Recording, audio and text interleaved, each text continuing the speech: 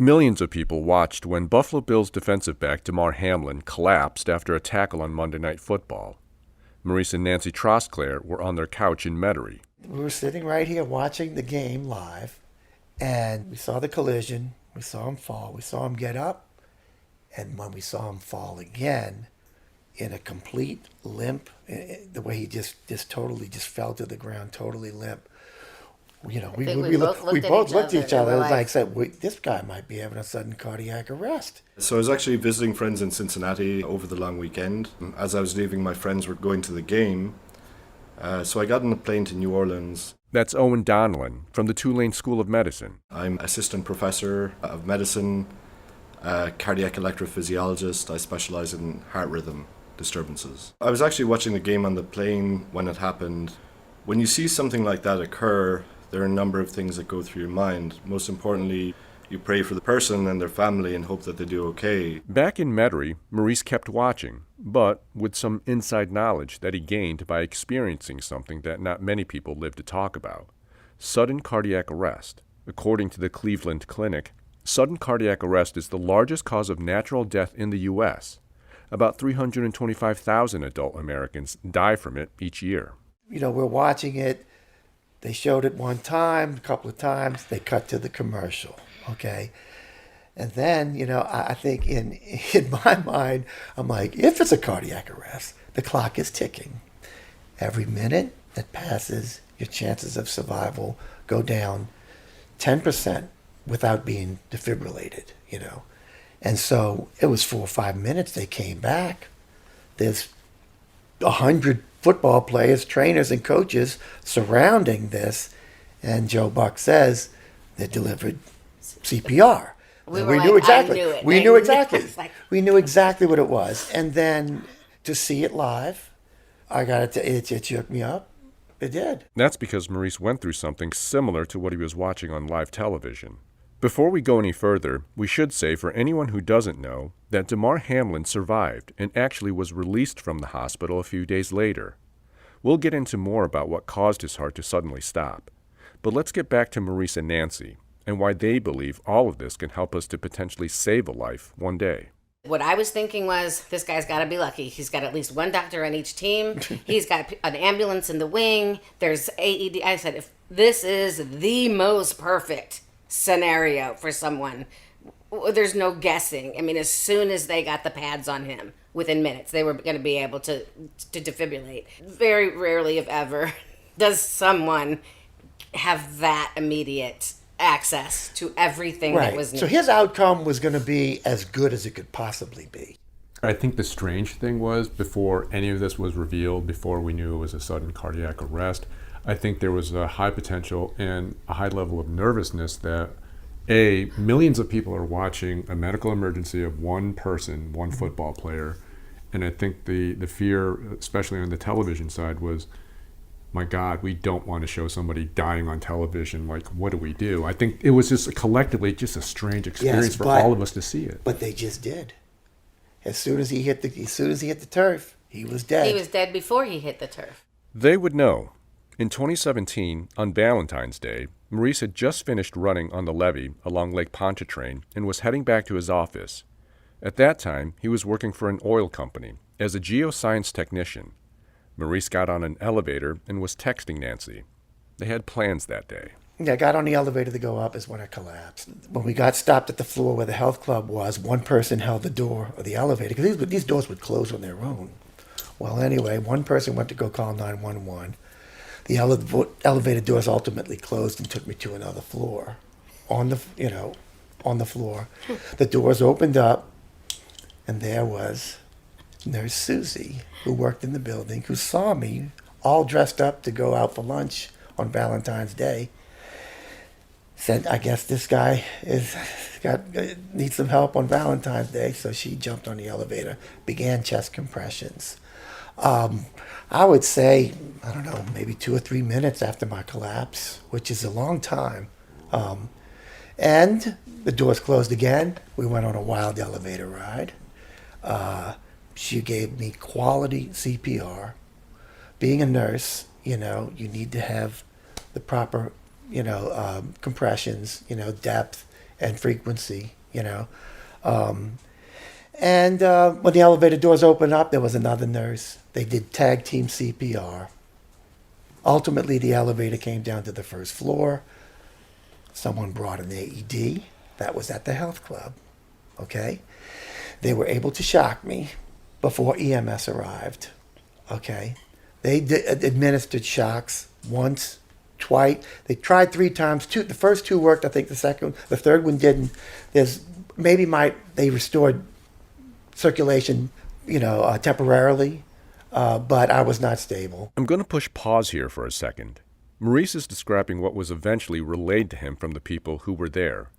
In that moment, he was lifeless. I didn't mention that when I collapsed, I dropped my phone, okay? And someone was smart enough to call the last person that I was texting, which was my wife, on Valentine's Day. She called my wife, who proceeded to listen to the entire resuscitation for the next hour live on the phone. You're listening to this Yes. live as this is happening on your phone. Correct. What's going on in your head as you're bracing yourself for possibly the worst case? Honestly, at first, I thought it was a joke.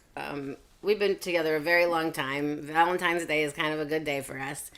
And when I answered that phone, "Hey, babe, happy Valentine's Day," that awkward silence, and then a stranger's voice that says, "Do you know someone who works at Lakeway?" Yeah, of course I do. You're using his phone. I could tell it was his phone. Okay, well, we think he's had a heart attack. And I'm like, get out of here. And I said, well, okay, can you tell me what symptoms he has? And she says, we're giving him CPR now. At that moment, I knew this was real deal. And I also, believe it or not, knew the difference between a heart attack and a cardiac arrest. And at that point, when someone says they're giving you CPR, there's only one doctor here ever that I've heard call it what it really should be called, and it's sudden death. For me, the hardest part was I was watching the clock. 28 minutes. At 28 minutes, and they're still giving CPR. There's no EMTs there yet. At 30 minutes, I know they're shocking bystanders using an AED. There's no... so for me, it was a clock, and I'm like, we're at 35 minutes. I thought I was going to the house. When I finally heard, we're cleared for EJ, I heard the EMT say, we're cleared for EJ. And I said, ma'am, does that mean they're going to East Jefferson? Yes. Now I will get in my car and go. And I still got there before they did. And I could not understand, except for me in my head, I guess I was preparing myself for the worst. The last thing I remember before that collapse was texting my wife. In fact, I was texting mid-text when I collapsed because I didn't finish typing what I was going to type. That's when I dropped my phone. And that's the last thing you remember? The next thing I remember, them wheeling me out of the hospital 4 days later. Okay? That entire time in the hospital, I had full discussions, conversations with people visiting me. I remember nothing. They tell me I was heavily sedated, but I was awake, but it's, I kind of think it's your brain, having had this happen, I think the brain is kind of like a computer. With a cardiac arrest, the switch goes off. With a computer, if you unplug a computer and you plug it back in, it takes a little while to reboot. And sometimes you don't have all the data, So it's kind of so your brain needs to reboot. So did I experience all the things that were going on in the moment? No. But as the mind was cleared, weeks later, some things started to surface. One thing that came in clearly was how lucky he was to be alive. ICU, 4 days later, I'm released, just like Damar Hamlin, 4 days later, Neurologically intact only because I was the recipient of what they call a near-perfect chain of survival, which is bystander intervention, early compression, calling 911, getting an AED, shocking the person. If you can get a publicly accessible AED. If not, you have to wait for EMS. EMS arrival, post-cardiac care, and then recovery. So I had all the things just happened perfectly for me on that elevator that day. Without going into rankings, it is a very serious condition. Here's Owen Donnellan, the cardiac electrophysiologist. 90% of people who suffer out-of-hospital cardiac arrests don't ultimately survive.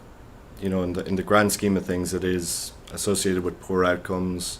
There are a few other conditions with that gravity associated with them. So in many ways, and just with that understanding, Damar Hamlin is the extreme exception in a miracle story almost, because so many things had to happen correctly at the right time for him to have this outcome. Absolutely. It really is a miracle. You know, again, in a controlled environment such as a football stadium, basketball court, other sports arena, where emergency personnel and equipment are immediately available, I think the chances of survival and having a good outcome are significantly better than the man on the street who suffers a sudden cardiac arrest. As time went on, I educated myself more about the condition. I reached out to other survivors, and I've really gained a really strong awareness of just how lucky I was and how fortunate I was when you consider 1 in 10 people survive a sudden cardiac arrest out of the hospital. As you laid it out, Nancy, I mean, it was sudden death. I mean, do you feel like you came back from death? Yes. What's that like? As I was saying earlier, the weeks after, your brain rebooting, revisiting, things surfacing about that moment. I realized that yes, you know, I was moving on, definitely. It was an incredible. People ask me this. It was just an incredible feeling of peace, indescribable peace, and selfishly, you know, wow, what a way to go. Painless. Here I am, but I was not done. What does that do to you spiritually? I mean, what do you do with the knowledge of I was gone and now I'm still here? Like, how does that change your outlook? I think it's really just how, you know, you just got to treat people right. You got to be nice. You got to do unto others. You know, I mean, that the golden rule is just totally, I really feel that, you know, we take all of that with us and we leave it behind when we go. Do a lot of things seem trivial when you see stuff that's just on social media, and you gotta think, man, after understanding what the other side might look like, or I might not even be here, some of this stuff just kind of seems like BS. Well, it is. There's a lot of noise. And Can I address that? yeah, It changed my whole career. It made what I was doing somewhat trivial. My company, a company that I own for 23 years called Destination New Orleans. It's an amazing business, bringing groups to New Orleans and conferences and conventions. But when I put it down into a nutshell, I didn't really care what color the napkins were anymore. You know, and what my clients were asking me to do didn't feel important anymore. And when Maurice came to me and said, "What are we going to do?" And I said, "What do you mean, what are we going to do?" He's like, "How are we going to pay this forward?" Welcome to the CPAP Games live from the Hayes bedroom. It's another eventful night, Bruce. It sure is, Ron. Steve has been struggling with his CPAP. His wife, Michelle, is trying to contain her rage. Michelle throws an elbow. She's leaving for the couch. Steve should get Inspire. Absolutely, Bruce. Inspire is a sleep apnea treatment that gives you comfortable, restful sleep with the click of a remote. There's no mask and no hose. Just sleep. Learn more at inspiresleep.com. Inspire is not for everyone. Talk to your doctor to see if it's right for you and review important safety information at inspiresleep.com. To pay it forward, in 2018, Maurice and Nancy established Heartbeat NOLA, an educational program to get as many people in the New Orleans region as possible trained in CPR and to get more automated external defibrillators, or AEDs, in public places. They gave me a crash course on CPR, and it started with chest compressions on a mannequin. And as you're listening, think of the song Staying Alive. staying alive,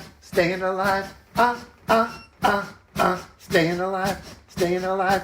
Baby shark, doo doo doo doo doo doo. Baby shark, doo doo doo doo doo doo. Baby shark, doo doo doo doo doo doo. Baby shark. Yeah.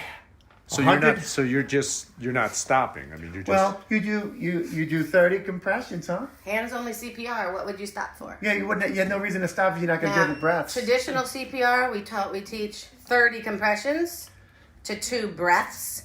Right. So that would be a more professional level, but if you only were comfortable giving compressions, then just give compressions until somebody replaces you or until you're exhausted. Right. So I didn't get the area or the position because you said it was very important. So it's right in the middle. And this is a Between female the nipples, mannequin. yeah. Between the nipples, typically, yeah. And The center of the the chest. Press Using hard the and fast. nipples as a Yeah. center. So draw a line, connecting the nipples, which will align to the center of the chest. That's your spot. yeah. Then you would use the heel of one hand covered by the other hand so that you can get your arms straight. Use the leverage from your back so that you can get as deep Right. as possible. So that fatty side, the Yeah. butt end of your wrist. Really here, hard on that palm of the your palm. hand. Okay. Yeah, and having your shoulders on top like this allows you to get the full leverage of your weight. Get out of here, Boogie. So straightening your elbows, not bending them, obviously. Yes. You want to straighten your elbows because then you'll use your body to get the compression because it is a very physical thing to do. You know, I mean, it's you're going 2.5 inches deep. You know, and you're breaking ribs. You know. You could potentially hear cartilage crunching. That's when you really know you're probably doing it right. Right. So it takes a lot of force. I mean, you shouldn't back off on. Oh no. force. Oh no. You want to go full on, Full on. Yeah. full speed. Harder, deeper, faster. Yeah, because it's going to get the blood is going to go to the brain through the carotids. You And of know. course, that's why being on a Yeah. bed or a sofa or something like It that has to be a won't hard work. surface. So when do you, or why or when should I go mouth to mouth? Or is that required? Children. Children. Often really need that because their blood doesn't carry as much oxygen in it. Their bodies are smaller. So the amount of oxygen that's carried within the blood is less. So for a child, especially up to the age of about 8 or 9, doing 30 compressions with 2 breaths is suggested. So 30 times, and then how many breaths? 2. 2, and then keep going with 30 Yes, and compressions, if you then have someone 2 that again. can help you at the point you do breaths, someone else can come in and take over the compressions so that you can give each other a break. Tag team. And you can teach someone else to help you while you're doing it. So ideally, for an adult, should we do mouth to mouth as well as we're doing compressions, or no? I think the message we really want to express today is that hands-only CPR is an incredibly effective way to keep oxygen going, not just to the brain, but also to the vital organs. And if you focused your energy and your physical attention to the hands-only CPR, the compressions, you would be doing a great job. Because think about it, when you stop doing compressions, you got to position to open up the airway. That's all takes time. That's precious Not so time. easy. Well, you could have had several compressions during that time, and you're not going to get as much bang for your buck than the compressions. Also, if you have an AED right there and doing compressions, stop compressions. Get the AED in there as soon as possible because once you shock that person, you could very well put their heart back into rhythm and you will no longer need the compressions. Right. So really, the AED. most important part of it all is the AED. Yeah. But until then, you gotta keep the compressions going. Owen Donlin says this kind of training is seriously needed, and the Damar Hamlin incident can help raise awareness about it. Seeing this and all the coverage it's received, it raises several important issues. Who is trained in CPR? Where are AEDs available? And how do we educate the broader public in CPR, where they don't have to pay and attend courses, etc. In your view, how equipped or how prepared is the public, in your view, in your opinion? To be honest, I think very poorly equipped. I think basic life support is something we should, everyone should be trained in. I think these courses should be introduced free of charge in schools. If a situation were to arise where one needed to initiate bystander CPR, where are the AEDs? How do we know where they're available? If this happens up the road on Poydras Street or even in this building, who knows where the defibrillators are? How do we access them? As we always say, time is muscle. The sooner CPR is initiated, the better. And the sooner we access an AED, the better that is also. And we simply can't just wait for an ambulance to arrive on the scene. I think if you had to gauge how ready we are as a public, I mean, we're nowhere. All you have to do is walk around New Orleans, in and out of hotels, restaurants, pubs, bars. Look for an AED. If you find one, you're lucky. I don't even know what it looks like. Now you do. There's three different ones sitting on the counter over there. After today, I will. So, you know what? But I bet you know where to find a fire extinguisher. I do. There should be an AED with that fire extinguisher. That way we would all know where they are. More people die of sudden cardiac arrest than fires. And yet ridiculous. We have fire extinguishers everywhere. You got smoke alarms. You got plenty of stuff for because prevent government fires. is involved with that. Government is not involved with this. Yeah. There are no major, legislation that covers what it should cover. Yeah, I mean locally, statewide, there are statewide mandates to have AEDs in schools, but not all of them. It's a non-funded mandate. It to be non-funded, so sometimes these people, don't have the resources to make that happen. Matter of fact, in the state of Louisiana, the only people required by law, businesses required by law to have a defibrillator are health clubs with membership greater than 50 members, casinos, and in theory, interscholastic sports at the college level. So a Dillard, and then there's this non-funded mandate about having AEDs in schools. But there's a lot of non-funded mandates about a lot of things. I'm a former teacher, where you can't hold me accountable for that because you didn't even give us the funds or the resources to have it. Obviously, the general public isn't very aware, isn't very knowledgeable about CPR. If somebody is apprehensive, doesn't know how to perform CPR, hasn't had the training, and then somebody falls in front of them, what is your advice at that point? Because from what I understand, there could be injuries. Some people are apprehensive about, I don't want to injure this person. They're dead. Well, you can't hurt a dead person.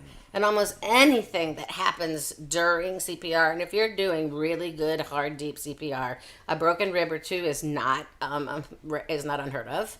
But you can fix that. Even if the worst case scenario, let's say we crack a rib and it punctures the lung, we can fix that. We can't fix dead. So what have you got to lose? So I tell everybody, almost everybody knows a vague concept of hands. No one really knows how good hands-only CPR is, which we preach a lot. No more mouth-to-mouth resuscitation is not necessarily needed. But I just say to anybody, please give it a try. Please give it a try. And grab an AED. I don't know how to use it. Turn it on. Turn it on like any other electronic device. It will tell you what to do, and it will never provide a shock to somebody who doesn't need it. You cannot harm someone with an AED. It can't happen. Yeah, and if you call 911, they can walk you through it. They will walk you through CPR while they're sending their ambulance to you. Right, Give it a try. What have you got to lose? You have nothing to lose. While chest compressions are critical, Maurice, Nancy, and Owen Donnellan all told me access to AEDs is perhaps more important. But they can be expensive, starting around $1,500 on the lower end. So far, Heartbeat NOLA has managed to help to get AEDs into 5 local music clubs. They started with music clubs because it seemed natural.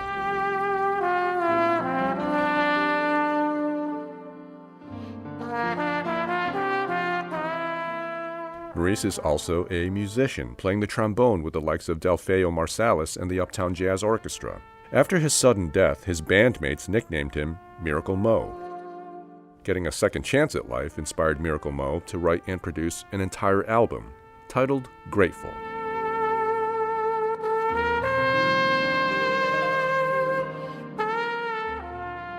Maurice and Nancy believe, in their own small way, Heartbeat NOLA's work is helping to make a difference.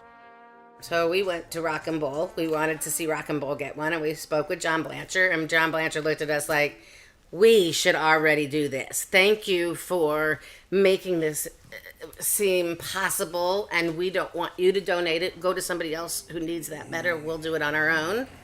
So they did, and within 3 months of them installing that defibrillator, they had an incident on Zydeco night.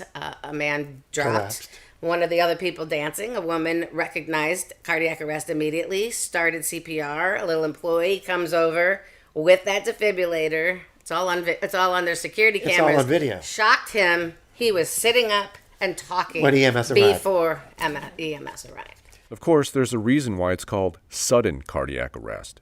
You can't predict when it's going to hit. Regarding what happened to Damar Hamlin, it's accurate to call it a freak occurrence. Here's Owen Donnellan again. In this case, it appears to be a very uncommon sort of freak occurrence that we call commotio cordis. Commotio cordis is a diagnosis of exclusion. Once we've ruled out all the other things that can result in sudden cardiac arrest. Family history, diet, or clogged pipes or stuff like that? Typically in athletes, we're talking more about, ion channel disorders, hereditary conditions, things like long QT syndrome, Brugada, hypertrophic cardiomyopathy, and the list goes on.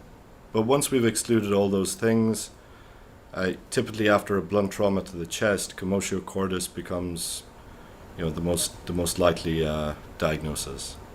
Most common with baseball players, where they take a baseball to the chest, and there's just a 20 millisecond interval during which that hit can result in sudden cardiac arrest. For Maurice, his family history told him there was potential for some heart issues. I was a runner, okay? I ran because I knew we had cardiac disease in my family. So this was the day I was trying to avoid, by running races, marathons, to try to keep healthy and everything. But it turns out that I have an arrhythmia. I had what is called bradycardia, okay, which is it's a low heart rate. Okay, it's tachycardia, bradycardia. Mine was a slower one. And if you couple that with a blockage, it can cause sudden cardiac arrest.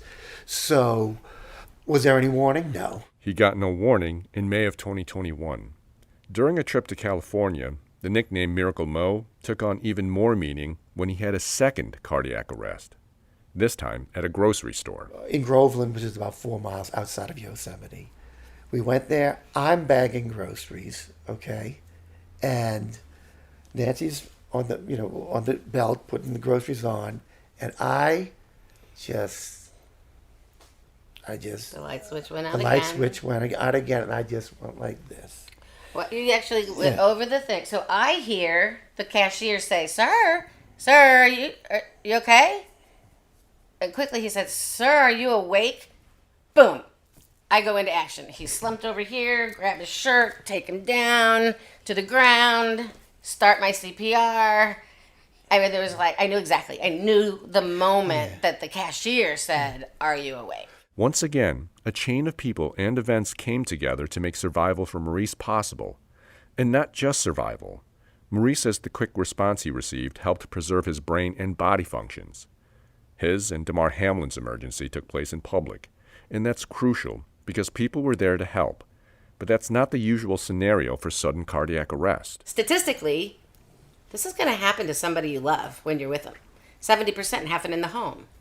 Do you love the people you live with? Your wife, your children, maybe a mother-in-law? If statistically it happens in the home, wouldn't you want to do anything you could to bridge the gap between that death episode and the ambulance coming?